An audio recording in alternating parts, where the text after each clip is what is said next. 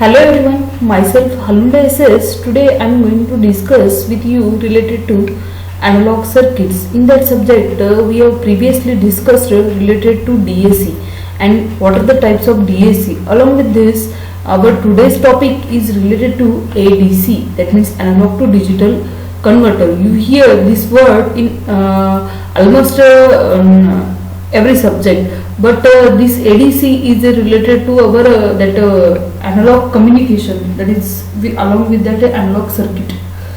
Here we are going to discuss related to that ADC. Now let us see about that ADC.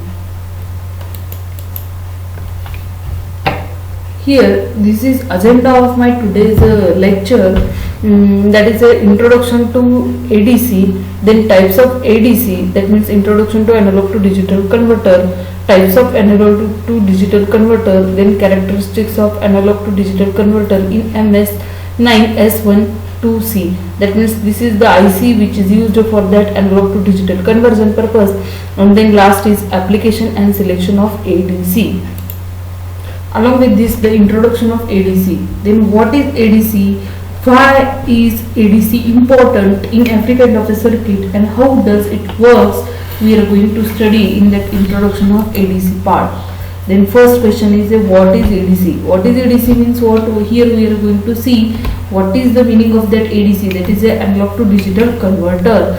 That analog to digital converter is an electronic device that converts a continuous analog input signal to discrete digital numbers, that is a binary number. Binary, the word itself indicates that binary. Bi means what? Two numbers. What are these two numbers will be played here? The two numbers are nothing but zeros and one, and the arrangement of a zeros and one and forming one string is nothing but a binary number system. Whatever the number came related to that octal, hexagonal, decimal, like this, we are going to converting that binary number into these categorization. But for the computer and any kind of a digital system, only the input is in the form of that binary number system. For that purpose, here also we are going to dealing with that binary number system. And that ADC is again divided into two categorization. First one is analog and second one is a digital. In analog system, the real world signal that contains the noise continuous in a time. That means the analog signal is in having the continuous in nature, or it is in having random structure. It does not having any kind of a fixed bit pattern as the input as well as output. And for the digital signal is nothing but the discrete in a time value and binary digit that contains the value of either 0 or 1. That means the digital number system is related to in terms of digit, and it is totally dependent upon the time factor, and the binary value will varies in between zeros and 1. This is related to digital signal is the discrete time value related to this. Then along with this, why is the ADC important? That means we have studied related to the DAC, but here I am showing you that ADC is also important. Then what are the important parameters are involved in that ADC? Just see, all microcontrollers stores the information using digital logic, compresses the information to digital form for the efficient storage. Media for storing the digital data is more robust. The digital data transfer is more efficient. The digital data is easily reproducible, provides a link between the real world signal and data storage. These are the important parameters related to digital to analog to digital converter. For that purpose, the signal is having analog nature for the recovery purpose, easily reproducible purpose, and all the things are considered related to analog. There is a necessity and important thing related to we have to convert that analog signal always in terms of digital. How ADC works? That how ADC work in that the ADC will be works in the two stages. First one is a sampling, that is just for the sampling purpose. The two stages are important related to that sampling is sample hold circuit, and second one is a aliasing, and next is a quantizing and encoding, and in that the resolution is an important thing. These are the stages related to ADC working condition. First of all, for the analog to digital converter, in the name itself indicate that the input which is provided for that analog to digital converter is input is having analog input, and output we are getting that is a binary output, that is a D0, D1 and D2. Here we have considered a single input and 3-bit as a output for the binary number system. But whatever the number string, it is a 0, 0, 0 or 1, 1, 1 or 0, 1 like this, any kind of a structure we are getting from that binary output from here. First of all, we have to know what is the meaning of that sampling and how that sampling will play an important role related to analog to digital conversion of any kind of a signal. Just see here, the reduction of the continuous signal to discrete signal is achieved by using through sample and hold circuit. Whenever the switch is on, the sampling of the signal time changes to the capacitor with respect to input voltage, and whenever the switch is off, the voltage stored in the capacitor hold the operation. That means the operation which came at any point, that point is held by that switch off condition, must hold the sampled value constant for the digital conversion. Just see here the simple sample and hold circuit shown over here. This is a switch used for that on and off purpose. Whenever the switch is on, the sample of the signal time to changes the capacitor with respect to input voltage. That input voltage is applied over here, and here we are getting that switch is in an off condition, that is the voltage stored in the capacitor hold operation must hold the sampled value constant for the digital conversion. That means whatever the output here we are getting, that output is any constant related to switch off condition, and for the switch on condition the time changes with respect to that capacitor. This is the response of the sample and hold circuit. Just see here, initially level, this is a increasing curve, but for the time at some instant it is having a linear nature. That means the curve is a exponential linear nature curve. Here we are getting from that sample and hold circuit. Then along with that sampling, how that sampling process will be work, what is the sampling theorem, what sampling theorem will be related to that Nyquist rate, how the relation between bounding in between sampling theorem and Nyquist rate, just here we are going to see. Then the sampling rate depends upon the clock frequency. That means the sampling signal is the signal, or a sampling process is a process which can convert that continuous signal into discrete signal. That means once the continuous signal is converted into discrete signal, then it is a totally dependent upon that time factor. That means wherever the signal is dependent upon that time factor, then clock is came into picture here by default. Just see here, the same plain signal as the input continuous signal is applied to that sampling process. Then for the sampling process, the carrier signal is nothing but here we are using that sampling pulses signal, and that sampling pulses and the continuous signal will be modulated with each other, and the sampled signal it will be introduces. And just see here, the sampled signal is in terms of pulses. That means it is in the structure of in the format of the discrete signal. For that purpose, this signal is called as a sampled signal. And by using this sampled signal, we are getting here as a output.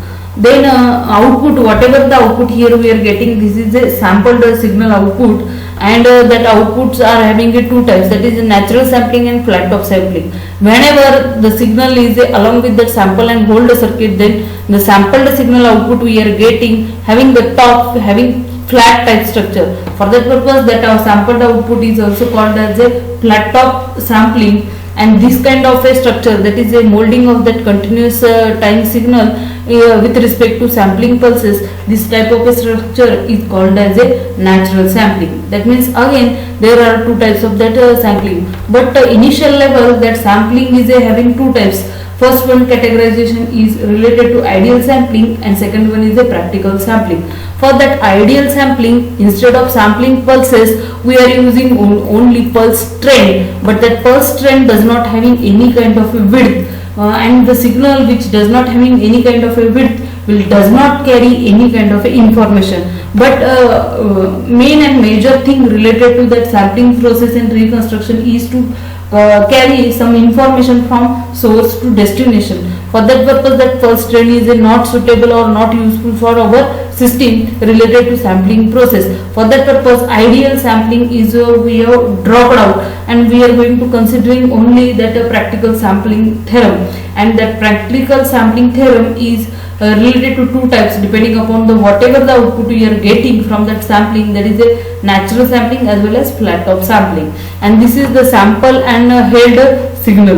Then the sampling signal is represented by the letter TW, and the sampling period is nothing but TS is equal to 1 by Fs. As usual, we know there is a relation in between time and frequency, is that time is inversely proportional to frequency and frequency is inversely proportional to the time. For that purpose, sampling time is equal to 1 divided by sampling frequency, or sampling frequency is equal to 1 divided by sampling time. And that sampling process, the Nyquist rate or Nyquist criterion will play an important role related to that sampling process. What is that Nyquist rate or Nyquist criteria related to sampling process? Is the sampling frequency should be always greater than or equal to 2 times of modulating frequency, and that modulating frequency having maximum value just shown here. And aliasing is also important effect which is introduced by that sampling process.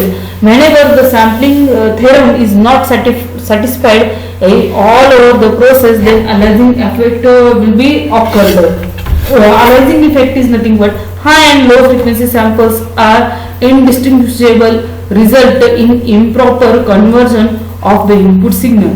Usually exist when the Nyquist criterion is violated. Can exist even when whatever that is a sampling frequency will be greater than or equal to 2 times of input signal frequency. This prevented through the use of low pass filter, anti-aliasing filter. For that purpose, that sampling aliasing effect is reduced by using anti-aliasing filter, and we are getting the smooth signal response whatever we are want related to that discrete or whatever the signal we are getting that from that sampled output is behave like such. Then quantizing and encoding. This is the quantization and encoding system in that appropriates a continuous range of values and replaces it with a binary number. Error is introduced between that between input voltage and the output binary representation. Error depends on the resolution of the ADC. Just see here the signal which is dropped out by that quantization process. That quantization is nothing but sampling. After that sampling, it is converted into step size.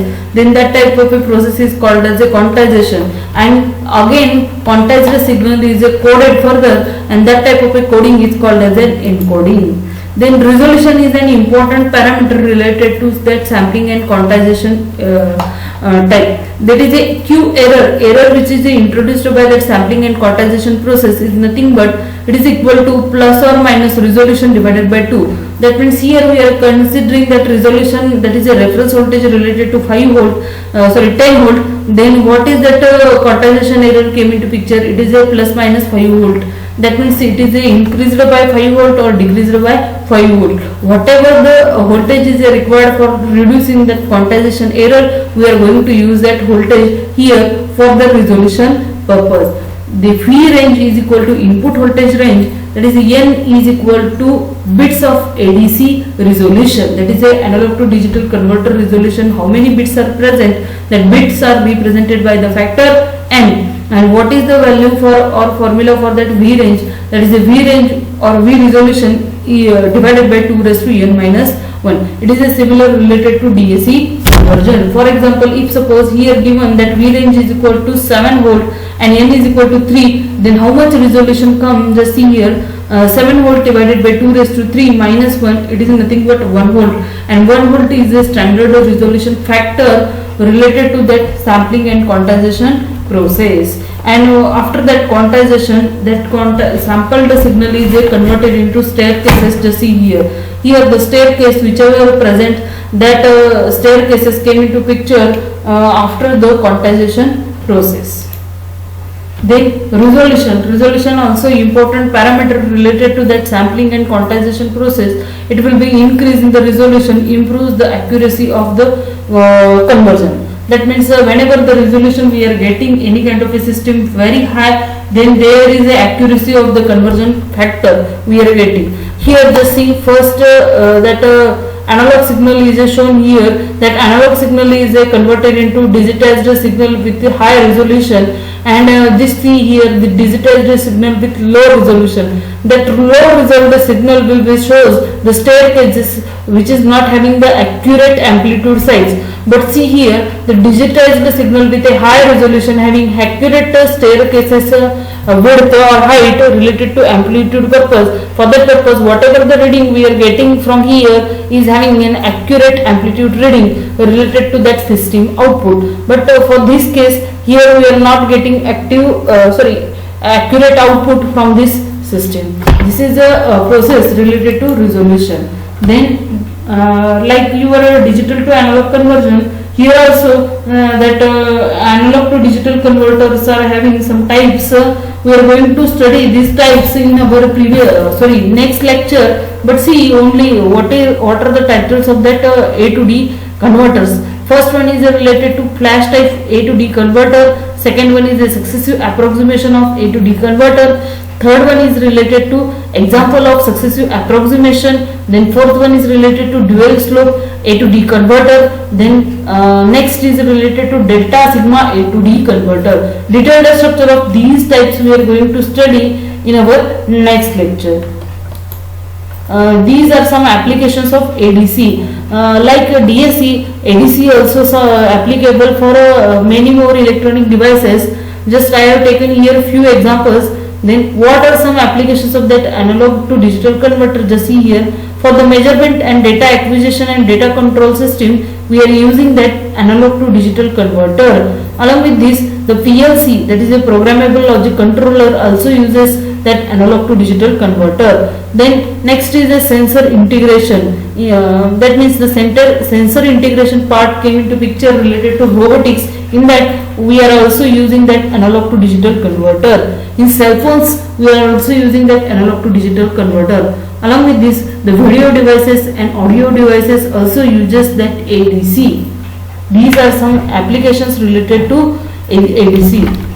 Then selection of ADC. How we are going to selecting that ADC? Just see here. These are the important consideration parameters related to selection of that ADC. First one is the input type. That input type of that ADC is having differential or a single ended. Then resolution related to ADC is the most important parameter. The next parameter is the scaling parameter. In that allows the user to divide or multiply the input voltage to more closely match the full scale range of that ADC. The next parameter for that selection of ADC is sample rate. The sample rate must be at least twice the frequency of you are measuring, but 5 times is a much better. For the better resolution purpose, the sampling frequency must be greater than or equal to 5 times of input frequency. This is the standard parameter which we got from that experimentation. Then channel scan rate. The channel scan rate is dependent upon the channel scan rate is the maximum rate at which the ADC can select a new channel and make measurement. Many ADCs have relatively slow scan rate when compared to a sample rate. For example, to achieve a sample rate of a 600 Hz on their channels, you will need a channel scan rate of at least 1.8 kHz. This is all about ADC. In our next lecture, we are going to see what are the types of ADC and how these categorization are done. Thank you.